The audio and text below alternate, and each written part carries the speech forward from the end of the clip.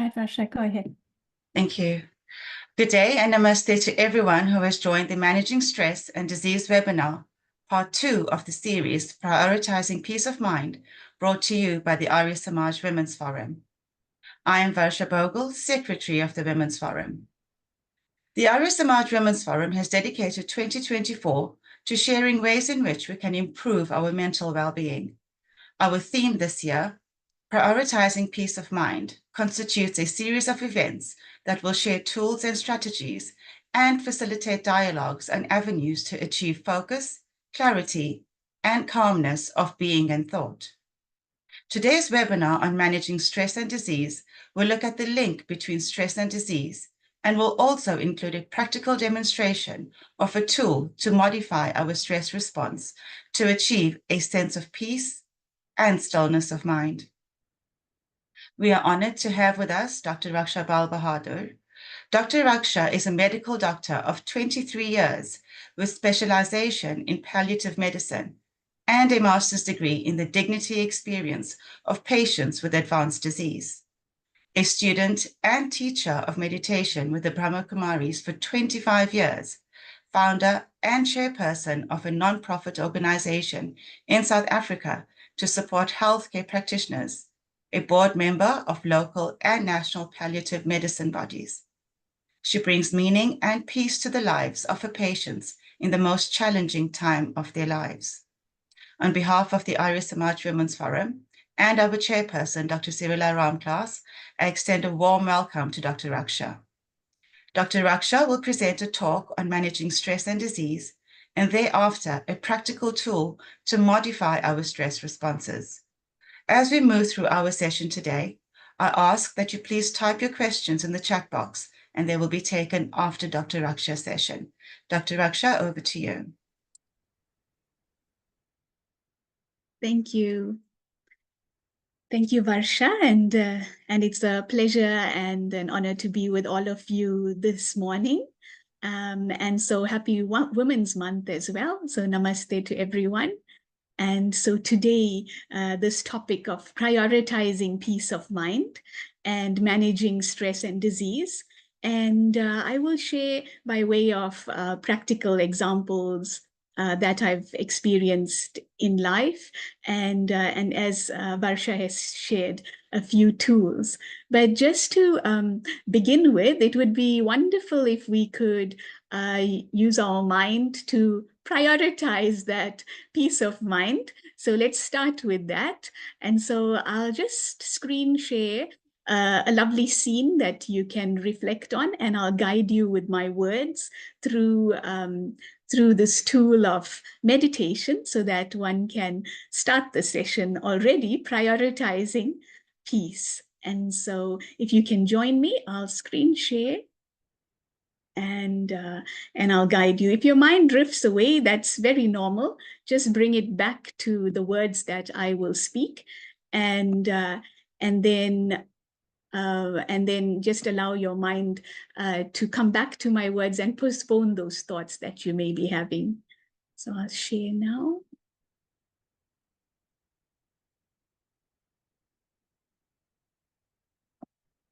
Great.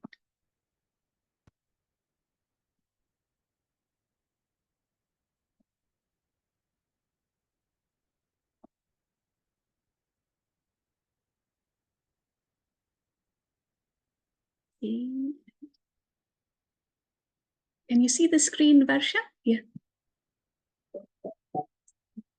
So yes, there is a screen, but there's nothing showing at the moment.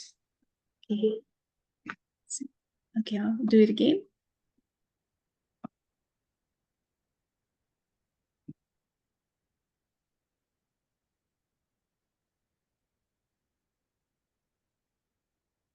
Now? Okay, we've got it. Perfect. Great, thank you. Okay, so just to join me.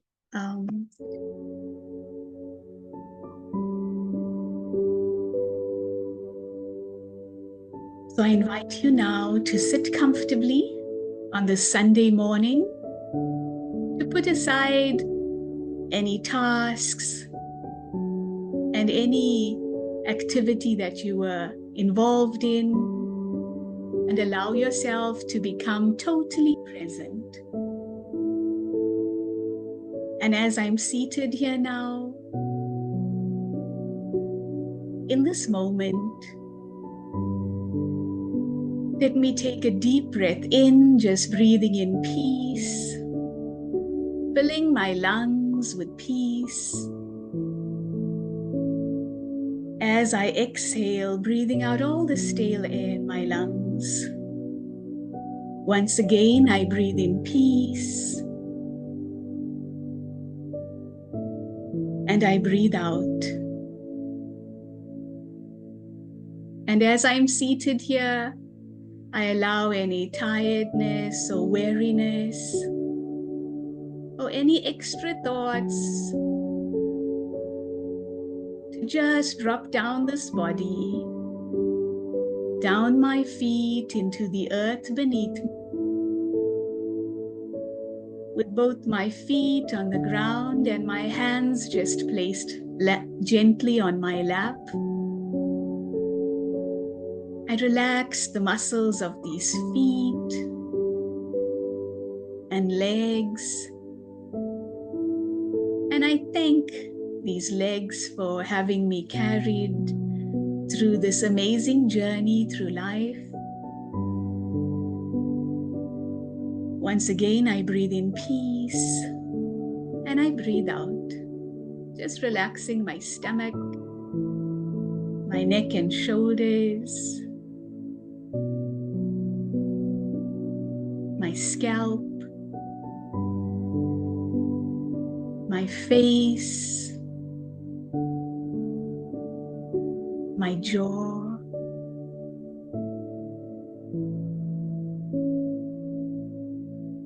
And now in this moment,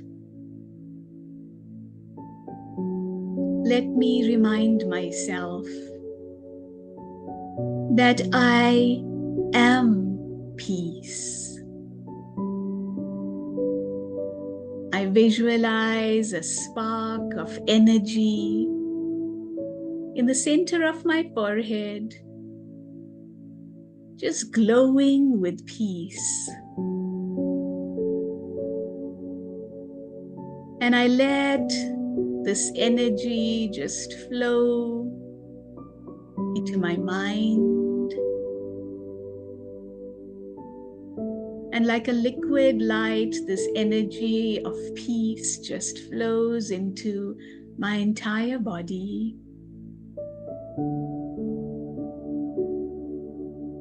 Into this room, into this home, into the world. And I remind myself, I am peace.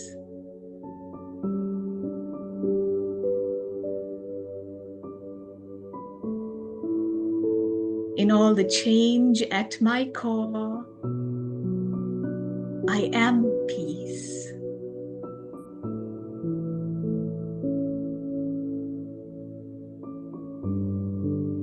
And I just enjoy this feeling of peace and calm.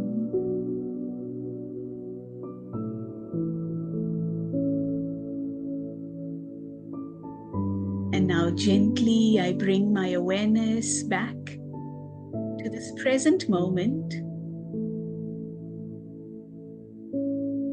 And I become aware of myself seated in my chair. And I become more alert and present.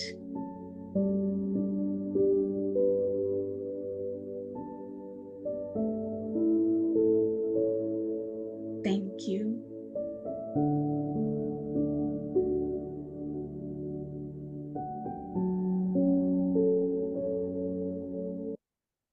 So thank you all. So how did that feel? How did your mind feel? How did your body feel? And do you feel your body benefited from that? And I'm sure that was the experience. And I know for me, this is the ultimate practice, just coming back to who I truly am throughout the day, as often as I can. It's really a recharger and this tool of meditation. And so today we're going to look at this aspect of managing stress and disease and the importance of prioritizing peace of mind. And so looking at stress, what is the definition of stress? And the understanding is that stress is physical, mental, emotional, cultural, or spiritual strain or tension. And so, that looks like everything. And so, definitely, there is stress and change at every second in our day, be it physically, mentally, socially, emotionally, culturally, and spiritually. There can be a lot of strain and tension. And, and this is a condition of feeling that is experienced when a person perceives that the demands exceed the personal and social resources the individual is able to mobilize. And so emphasis on that word, a feeling experienced when a person perceives. And so we see how different individuals have a different perception of a situation. And so today in the tools, we will look at shifting perception as well. And so this aspect of this feeling when I perceive that the demands on me personally is greater than my personal and social resources to meet that change. And how does stress make you feel? In contrast to how we may have felt now if we truly engaged with that relaxation and that meditation that we did. In contrast to that, stress makes you feel tense, anxious, apprehensive, trapped, stuck, paralyzed, discontented, worried, doubtful, tired, impatient, irritable, reactive, critical, angry, small, stunted, afraid, inadequate, and guilty. And yet, how many in the world, say that they are stressed and they need stress to function? But look at how it impacts on the individual. Look at all of these feelings and how loaded they may be and how they can depress your consciousness and your attitude and perception of life. And so if you look at how stress impacts on the body, so those feelings then has a deep impact on the body. And, there are now huge faculties within prestigious universities like Stanford and Harvard, where they are showing the impact of the power of thought and emotions to influence physical health. And just to understand the physiology, when one is stressed and there are these emotions of tension, anxiousness, reactive, afraid, worried, doubt, feeling stuck, irritable, then the body perceives that as a threat. And as a result, the body then secretes cortisol and adrenaline, and these two stress hormones is pumped into the body. And ideally, those two hormones were very necessary to support one to meet a challenge in that it would send blood to the brain, the muscles. It would mobilize uh, sugars so that one could run faster and avert the danger. It would also send blood, racing to the organs that needed it to mobilize. But if you look at this aspect of stress and the emotions we spoke of, it is what people are living under, 24/7, with the many numerous challenges that they are facing on all those levels: physically, psychologically, socially, emotionally, spiritually, culturally. And so those stresses are then resulting in these two hormones causing mayhem in the body, in that, increased sugars consistently in the bloodstream can lead to diabetes. Increased, vasoconstriction can lead to hypertension, and then the blood supply is cut off to the gut, and so now many having gut pathology, be it peptic ulcer disease or IBS or diarrhea, constipation. And so there's also the impact on the brain. Bristol University showed that, these hormones then, over a consistent period, the increased cortisol can lead to cerebral atrophy and early onset dementia. There's also the impact in that there's altered mood, mind fog, anxiety, and the impact on your joints and muscles, increased inflammation of the joints, tension, aches, muscle tightness, decreased immunity because cortisol lowers your immune defenses, and the increased risk of becoming ill, and increase in recovery time from illness. And as well, these hormones also exacerbate certain illnesses like asthma, rheumatoid arthritis. And so there's also an impact on the skin, on the reproductive system. And so definitely, these hormones has that impact. And so in an effort to understand this further, there was the importance of, uh, of of departments being set up from as early as, sorry, I just stopped shared, so that's fine. So as early as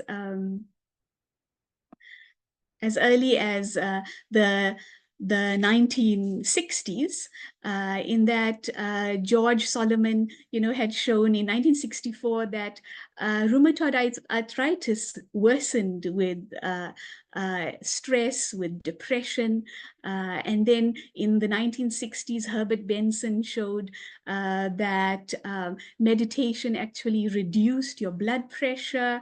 In 1989 at Stanford University, they had also done studies with women with advanced stage breast cancer, and they had done a randomized control study showing that those who had traditional medical management with psychotherapy lived twice as long, than those who just had traditional medical management.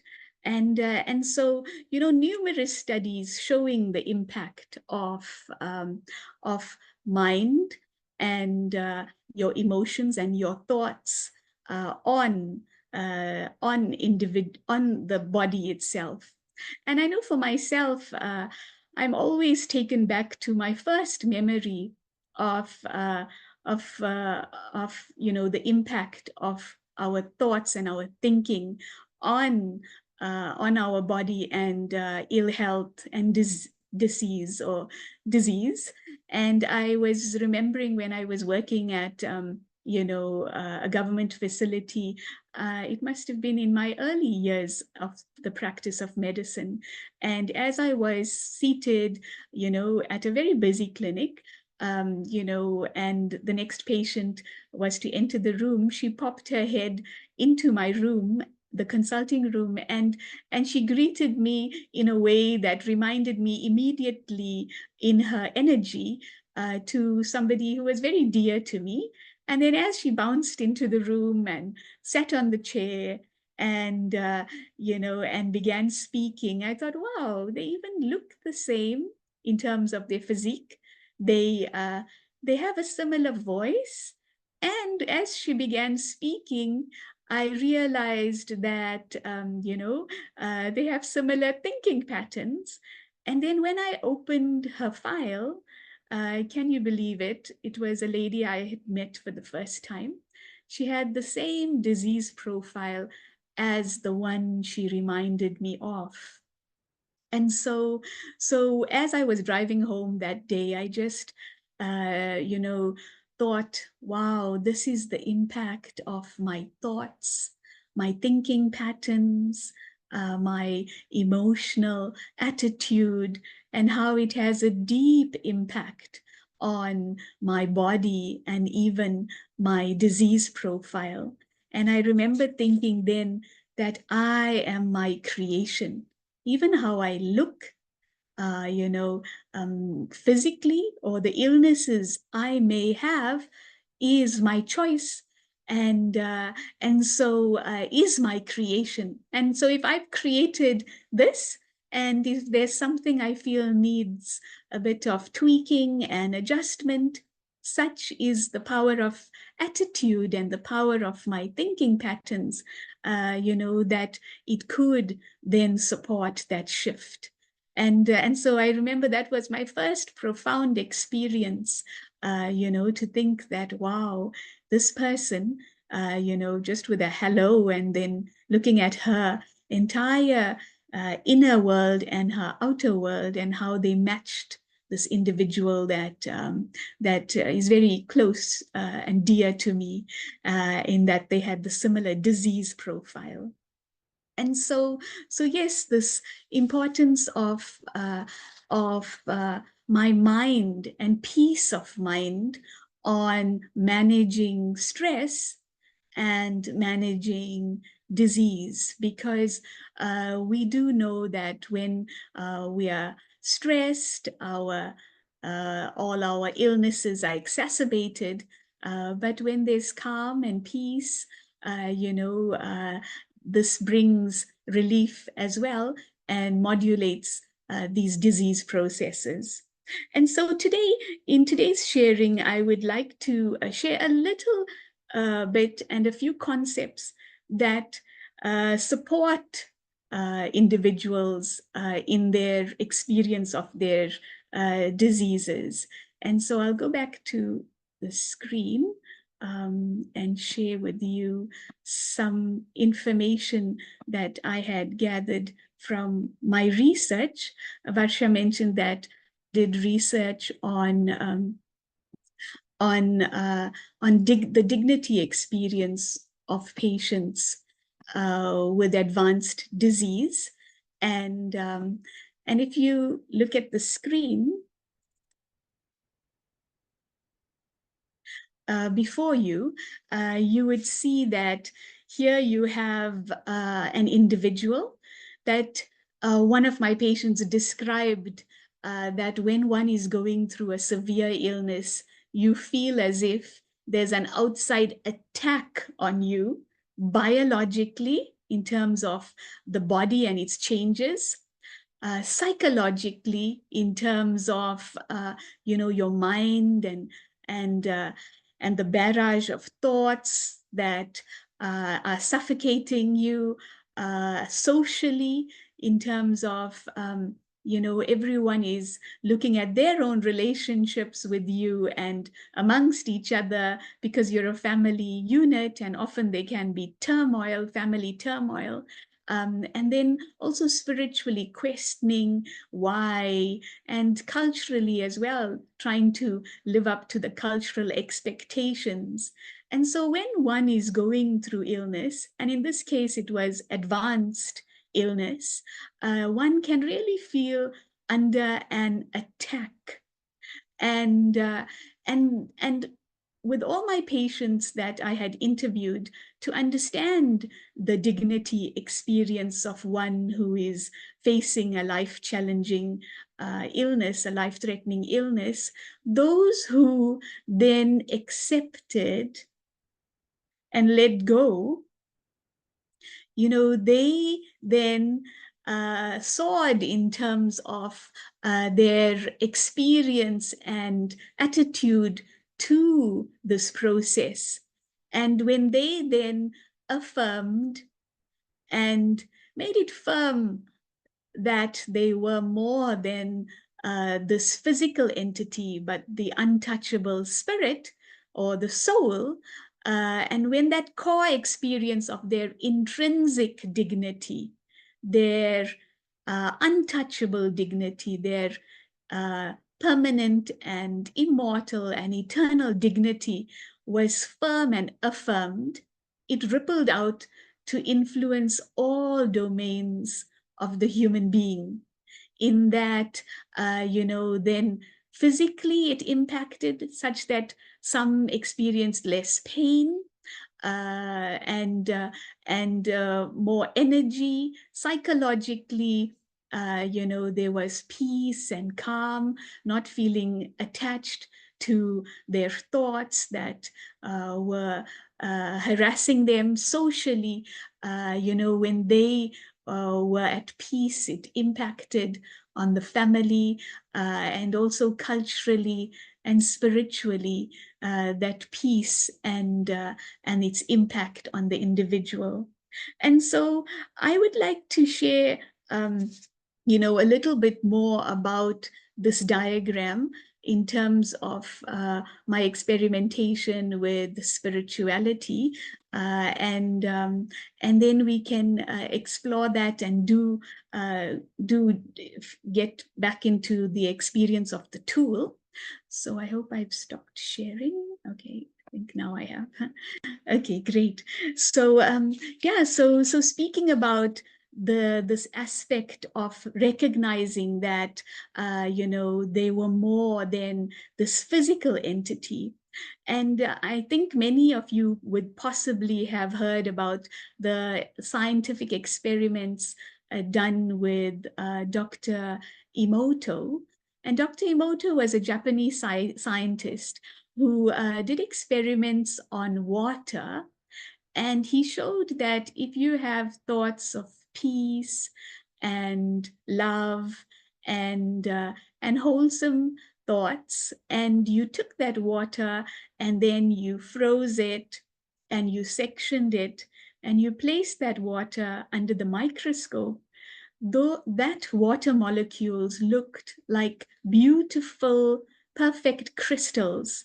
But the same water, if you then melted it and had thoughts of anger and stress and hate, and that same water, if one froze it, sectioned it, placed it under the microscope, it looked like sludge. And so, throughout the day, as we are having thoughts of stress, based on the identity of being this physical entity only, going through a challenging illness or going through the many psychosocial or spiritual stressors that we go through, you are then pumping out these thoughts of worry, anxiety, guilt, etc. And imagine our cells, made up of 70 to 75% water. What is happening to our body? And so that is why the impact of peace and love, the impact of thoughts that are based on my true, eternal, immortal identity, and how that can support the body. So the first and foremost tool, is shifting my awareness from being a body to I am this untouchable, valuable, unique energy, the untouchable spirit or soul.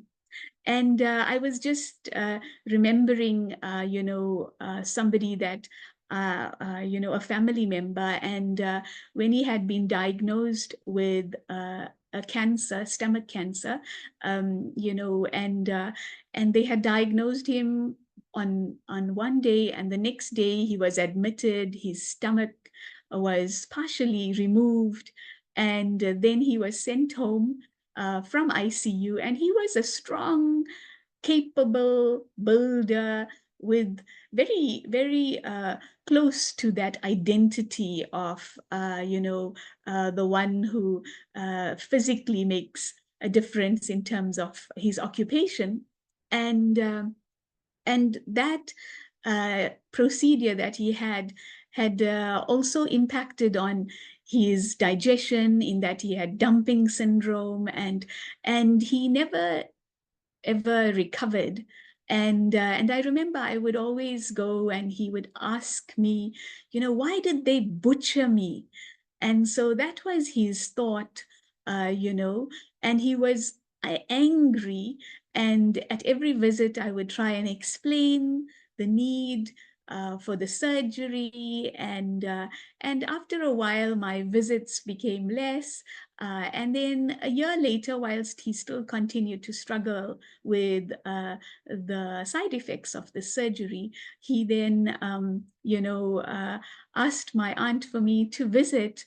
And when I had visited that time, I just thought that, sharing with him about the physical reasons is not adequate. And so I could see how his loss of identity, his loss of role had crushed him. And I wanted to remind him that he was more than that. And so this was in the year, 2001 or so, 2002. And I asked him, so what do you think, that if you're not the builder, that strong man, that you're nothing, I believe you are this valuable, precious, beautiful energy, very unique, and you're more than those roles and responsibilities that you had. And for the first time after 2 years of suffering with this illness, I saw something come alive in his eyes. And I remember he asked my aunt to write it down. And so with her shaky cursive, she wrote down, I am a peaceful and powerful soul, because I asked him to remind himself of this 8 times a day. I gave him some homework.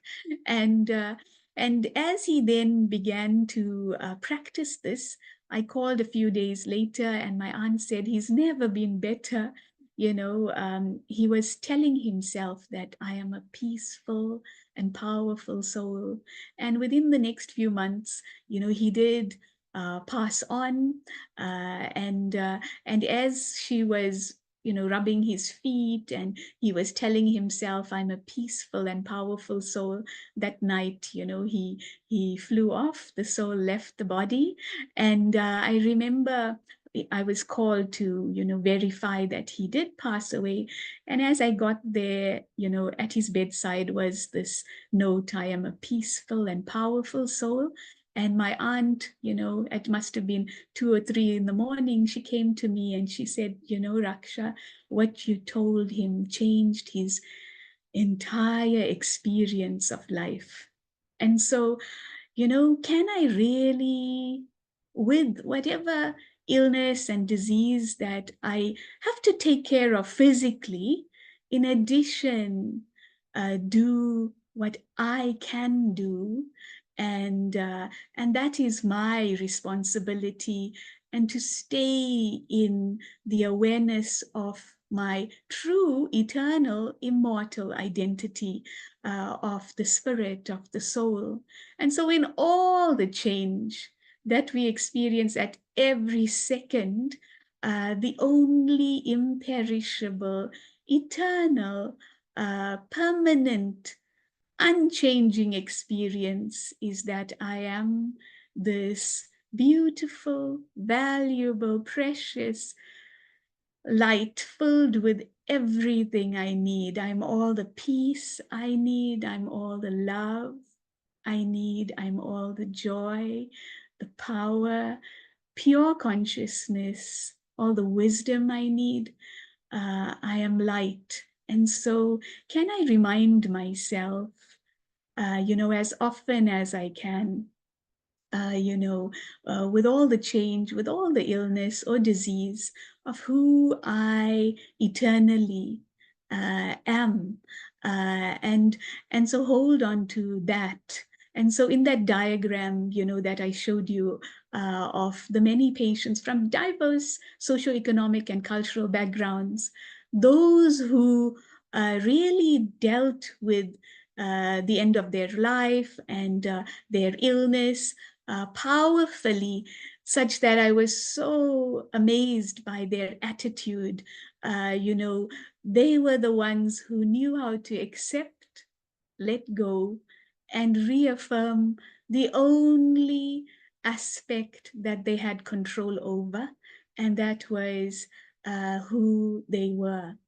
And so, the first spiritual concept that can help manage the stress and the disease that one has to face is that identity of who I truly am, peace. And I was remembering, another individual, that I had met, a young man with brain cancer, and when I first met him, his son was so scared in the lounge on the kitchen. It said, "I love you, Dad." And the dad was rejecting the son.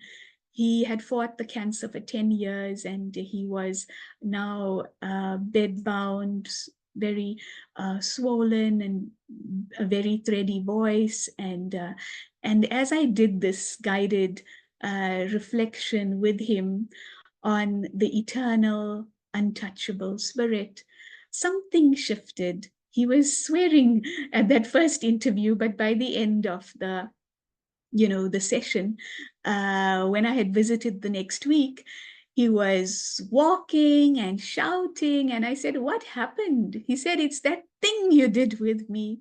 And so he had an experience of his untouchable, intrinsic dignity just because he is. And every human being has a right to that, because all of us have that intrinsic worth that nothing and no one, not even illness, can take away from us. And so, this importance of really affirming who I am in this disease process, so that it can support me, like the many many studies have shown that disease is exacerbated by these stress hormones. And so, can I support the body to create such peace that I stop this upsurge of hormones that create that illness and exacerbate it.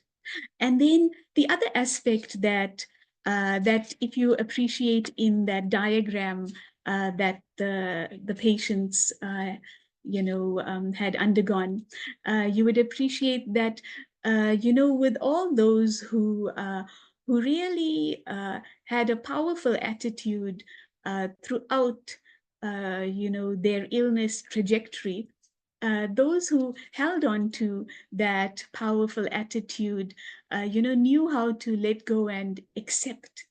And so, for me, the second spiritual concept that is so important in life is acceptance, that in this too there is benefit.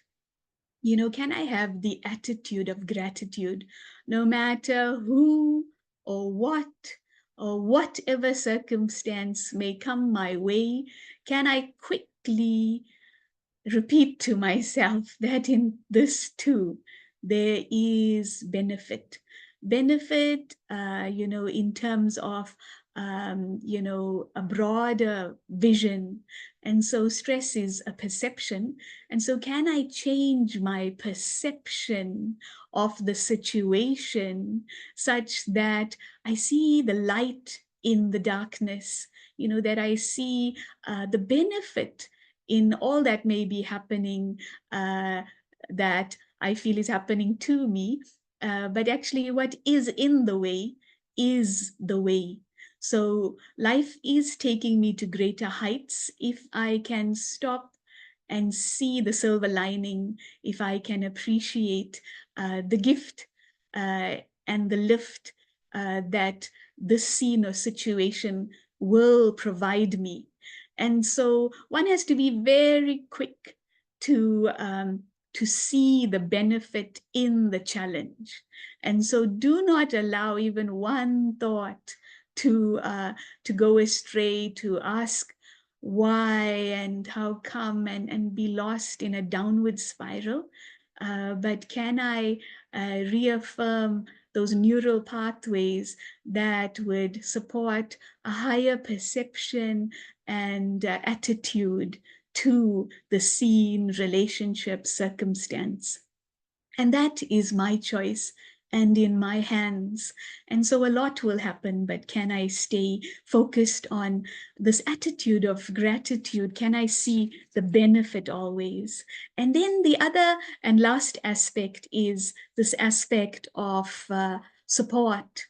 And in that diagram, you saw that, those who accepted and let go. But from my conversations with the patients, a strength of our South African population is our reliance on our spiritual or religious practices. And this has created a resilience in a population that has gone through numerous challenges, and their strength is their religious or spiritual practices. And so those who held onto that intangible support, uh, you know, uh, faced even dying powerfully. But those who, relied and had expectations and was stressed by the stigma and the rejection, the lack of respect, and that is very prevalent. They then suffered through that process. And so, can I understand that it is a time of humanity when many are challenged and they do not even have time to be there for you? And if you, are the one who feels that you can only attain that support from people on this physical horizontal plane, you'll be sorely disappointed, because the importance now is to turn my attention inward and upward, and in that intangible support of that supreme energy of that higher being, and so those who turned towards that higher being for their love and care and peace in all the change, they then met even their end powerfully. And so it's not that we only can or need to practice this at the end of life, but can I also look at how I can continue to practice this now, so that I really live rather than only want to achieve those three spiritual concepts at the end of life. And so I just wanted to share with you one last slide about about uh, about the actual regrets that people had faced. And so if you look at this last slide, you will see that there were top 5 regrets that, sorry, I'm just turning it. So there were top 5 regrets that people who were dying had, and this was written by Bronnie Ware. She had written this in 2009 in a blog, and it became so famous that 8 million had viewed it, and then it was researched in 2018, and definitely it was found that the regrets of humanity was not on what they did wrong, but what they didn't do. And so these top five is, I wish I had had the courage to live a life true to myself, not the life that others expected of me. I wish I'd had the courage to express my feelings.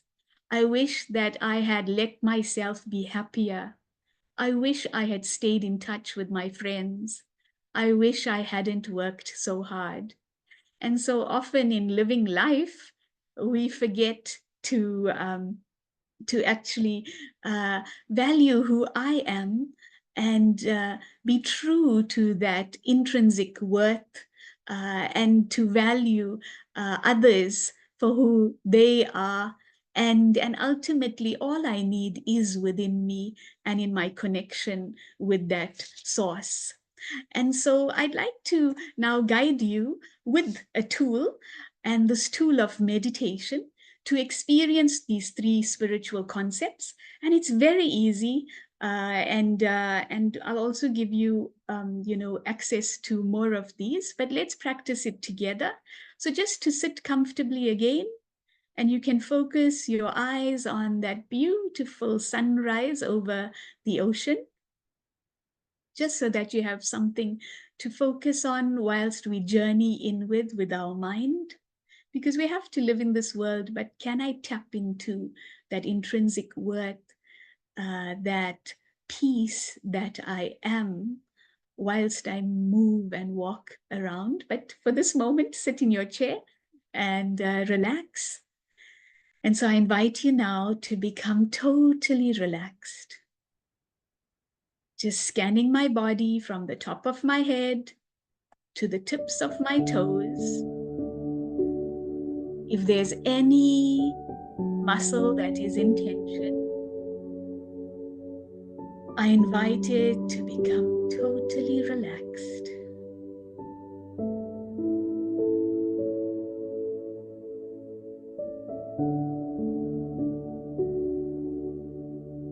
And I allow all my thoughts to drift away like clouds parting, so that all I see on the screen of my mind is the clear sky. And now on the screen of my mind, feeling so peaceful in the body, I visualize a beautiful, tiny light, like a star in the night sky.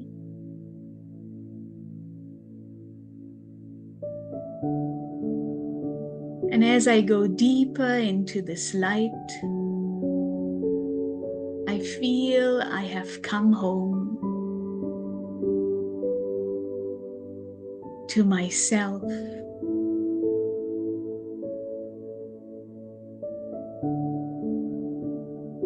And as this tiniest light, at its core is absolute peace.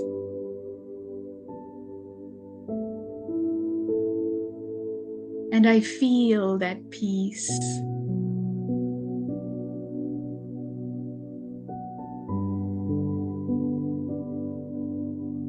And I let that peace just flow like an ocean from this tiniest spark of energy. Peace flows ceaselessly into this body, bathing all my 40 trillion cells in the waves of peace.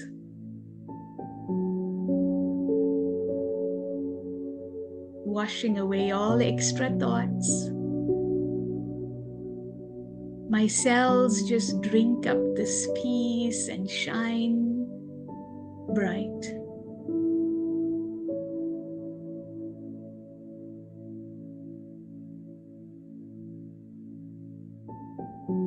And wave wave after wave, this peace just flows over me.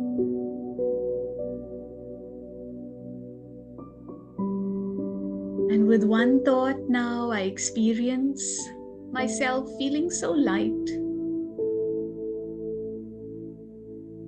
And as this light, I move beyond the gravity of consciousness to a home of light and power.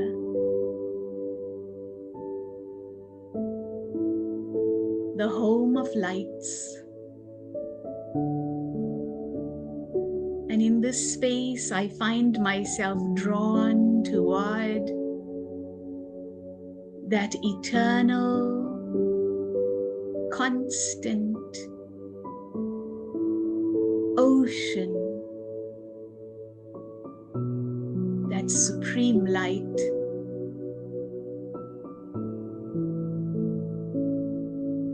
And I just rest in this home of light, allowing the waves from that ocean to wash over me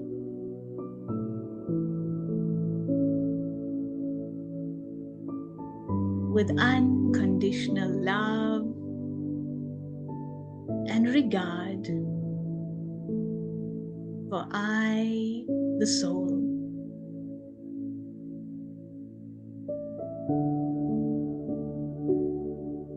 And I just stay here recharging as the energy flows from that one into me.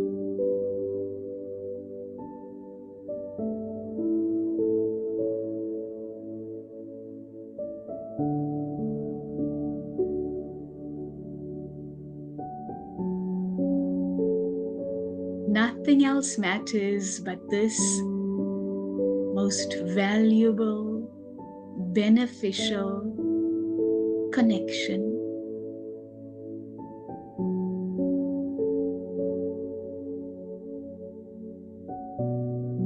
Needing nothing, feeling complete.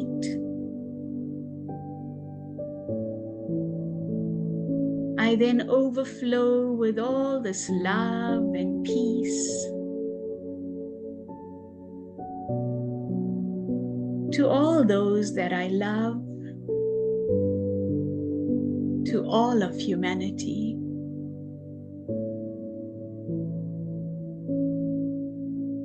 All 8 billion beings of light.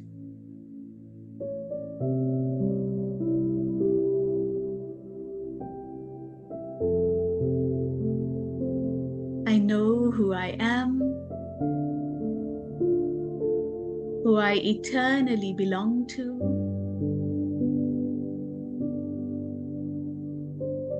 and I live my purpose, sharing my love and light with all human beings and all of nature.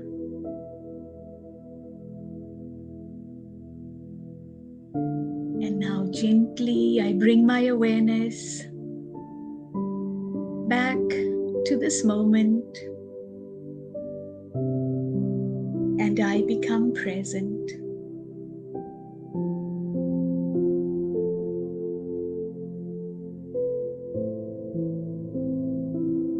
Om Shanti, which means I am peace, eternally, always.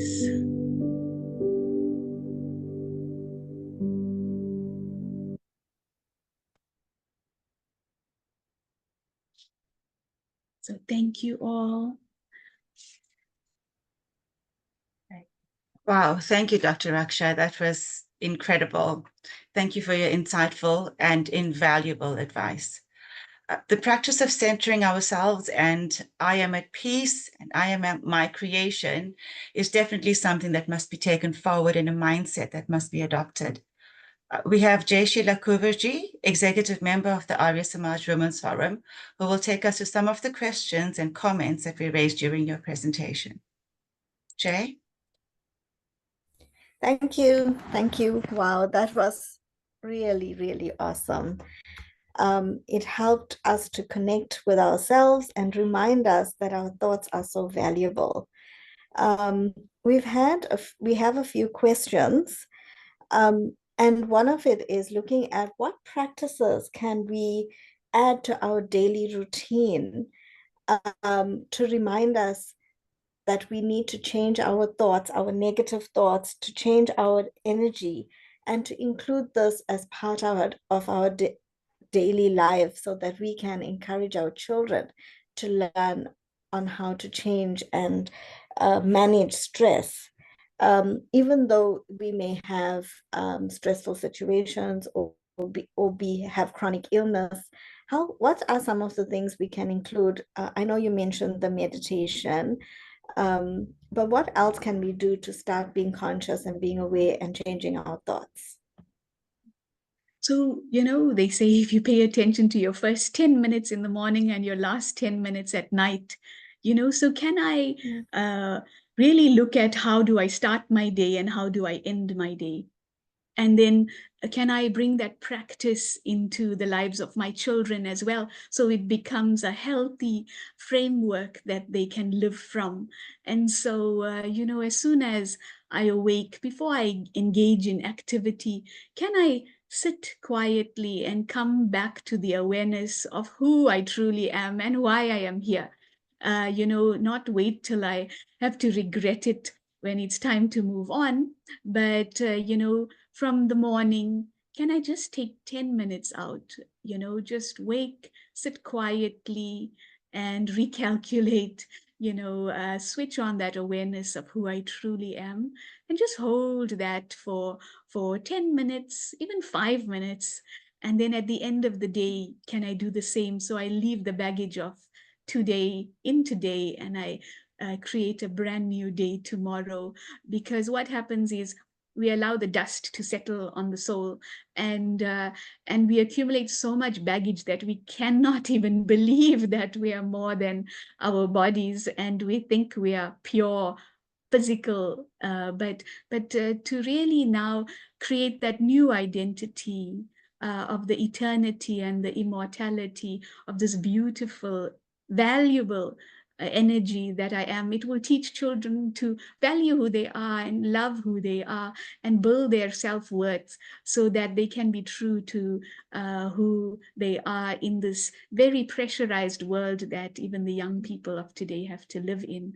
And then throughout the day, whilst walking, whilst moving, we may say we're very busy, but when you walk from your car to your office, when you are cleaning vegetables, when you are doing tasks that do not require, a lot of your mind, your intellect to function, then can I switch on that light? This light am brushing my teeth, using my hand to brush my teeth, this soul, am moving this body to the office. The soul, I'm using my hands to clean these vegetables.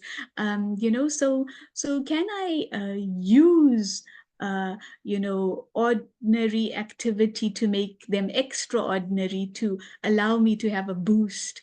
And it's about practice, practice, practice. Because, there's yogis who have been practicing for 80, 90 years, but it still requires deep attention. And so then it will be easy when one, has to fly off, but also it would be easy when, I have to face challenges. I do then trust and believe that I have everything within me to meet the challenge without. And so if I haven't tasted it, I haven't shifted my beliefs about who I am and what I am capable of, then that, um, poorly defined beliefs of just being the body will create that stress in my life until my deathbed. And so the importance of choosing now to shift my experience of life by shifting my perception of who I believe I am, and so can I firmly believe I'm more. I'm this light wearing the costume of the body. Yeah, absolutely. As of one comment that just came in now, it says that we need to live intentionally. We need to be aware and um, acceptance. Someone mentioned in the comments that acceptance is so powerful. We need to accept our situation and where we are. Do you feel that psychotherapy has a role to play in dealing with our past traumas? Because it also contributes to our negative thoughts. It contributes to our ability to be able to make that shift in our beliefs. And someone mentioned in the comments about procrastination, and sometimes it can get stressful, but procrastination is also a trauma response.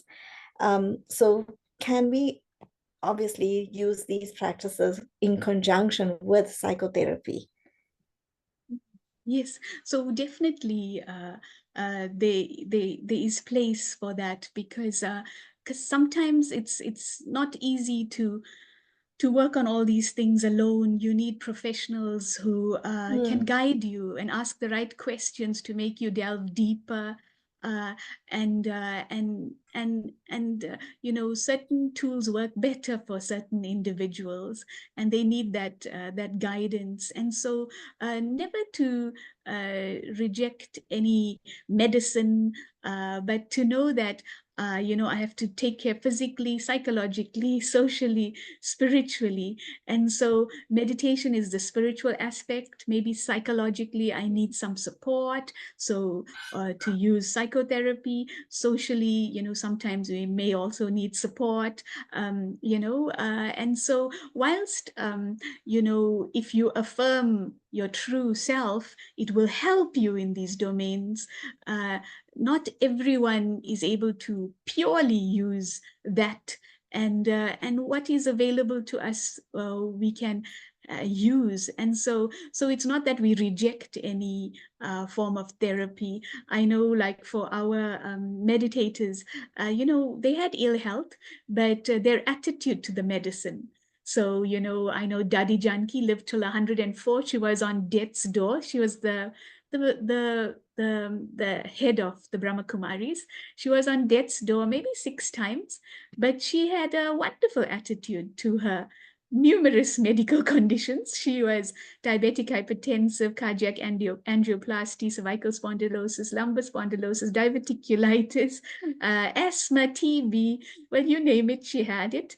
And severe peptic ulcer disease. And despite all of that, she took a medicine, hypothyroidism as well, and she'd give it lots of good wishes so that it would, as it being absorbed, it does the work it needs to. So not to reject even medicine, but fill it with the power of the mind. Many take medicine and they curse the tablets. And so how are those, tablets going to support you?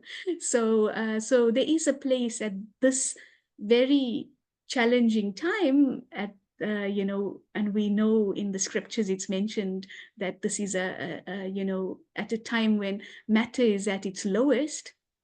So when matter is at its lowest, I need to also fill it with high functioning energy, high functioning thoughts as I take it. I know a patient, who was rejecting chemo in that she was having liver complications, and I told her, because she needed it. It was a disease that was curable, a cancer that was curable.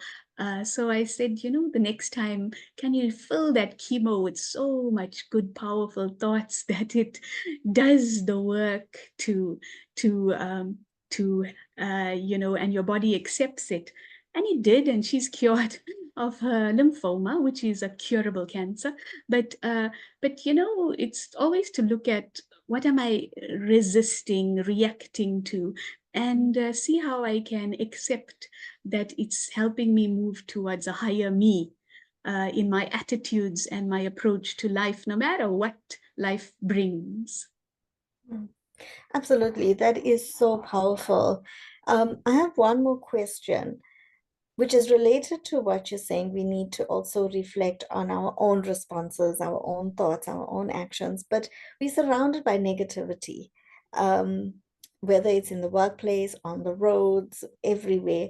And how does one respond and engage with people that are difficult or that give off this negative energy and negative emotions? How do we actually, because we can't change them, we can only change our response. And can you maybe give us some ideas on how to respond? Yes.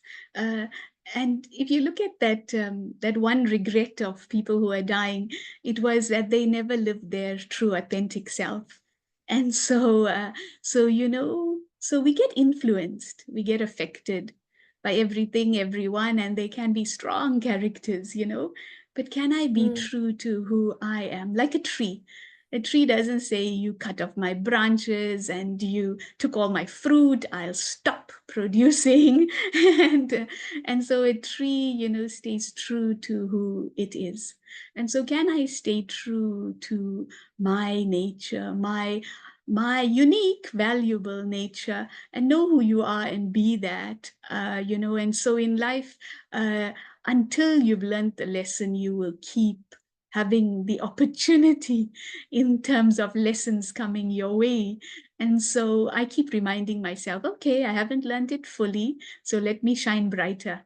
And so when I up my frequency, then the frequencies from outside cannot put out the light. And so, in science, the greater the amplitude of the waves. So can I create high amplitude waves, staying true to my nature? And then I'm not going to be affected or influenced by anyone else's nature, and that such that I feel that I'm a victim. But then I'll be the sovereign, the master of my life and my drama and my body and my mind. So is the light on? Am I creating high amplitude waves that influence, or am I being influenced at every second? And so this lovely analogy of be the one that creates tsunami type of waves that of love and peace and power, because the world needs it. Don't get influenced and let anything put out your light, but keep shining so that people can see the alternative. But anyway, even if you just do it for yourself, you are benefiting from those high frequency waves, such that you are not then becoming affected and ill and traumatized mentally. But sometimes you have to be practical as well, and see if drama needs to change, you need to make a change. So we're sharing spiritual tools, but as I said, do not reject solutions that may be important to make. It's like the story of the man who was calling out to God, and God's, whilst he was in the middle of a flood, and God sent the helicopter with the man, and he said, no, I'm waiting for God. So be careful that you don't just play the waiting game and only rely on one sort of solution. It may mean that you need to make some physical changes. So we're talking generally about spiritual empowerment, but the physical changes that need to be taken heed of may also need to be, implemented. So great. Thank you, Dr. Raksha and Jai Sheila. Today, we looked at how to manage stress before it manages you, and we discussed coping skills and techniques that can move you from distress to de-stress, remembering I am the light, wearing the costume of the body. Participants, please take some time to look at the YouTube videos that Dr. Raksha has shared on YouTube. The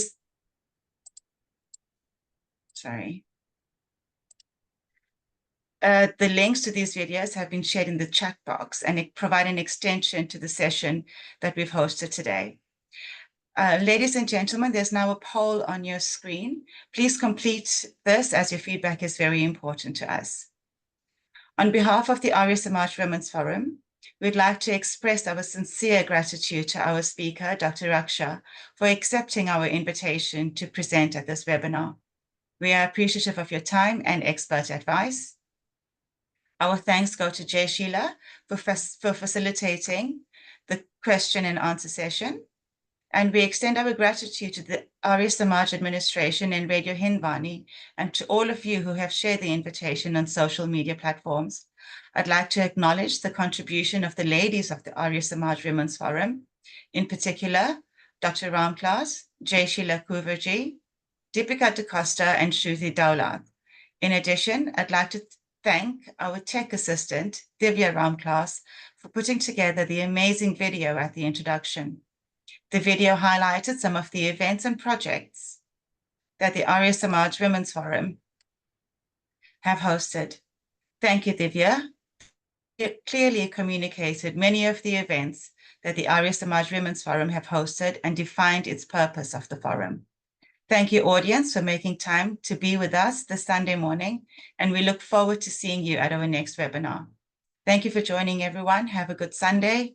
Be safe. Be protected always. Thank you and go well.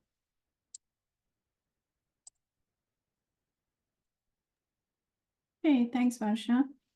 Thank you. All right, so we have the results of the poll-in, and everybody seemed to have just indicated that, Raksha, this discussion was of great benefit to everybody, and they would like to have us host similar events, and that the topic was suitably covered. So thanks again, Raksha. I think we clearly were on point. Thank you. Thanks all of you for hosting. Yeah, no, it was fantastic. Really fantastic. I'm in a very peaceful state, so I don't want to say too much now. Take care. Have a peaceful Sunday. Yes, Yeah. we will connect later in the week. All right. Thank you very much. Okay, bye. Raksha. Take care. Thank you, ladies. Bye. Take care now. Okay, bye. Bye. All right.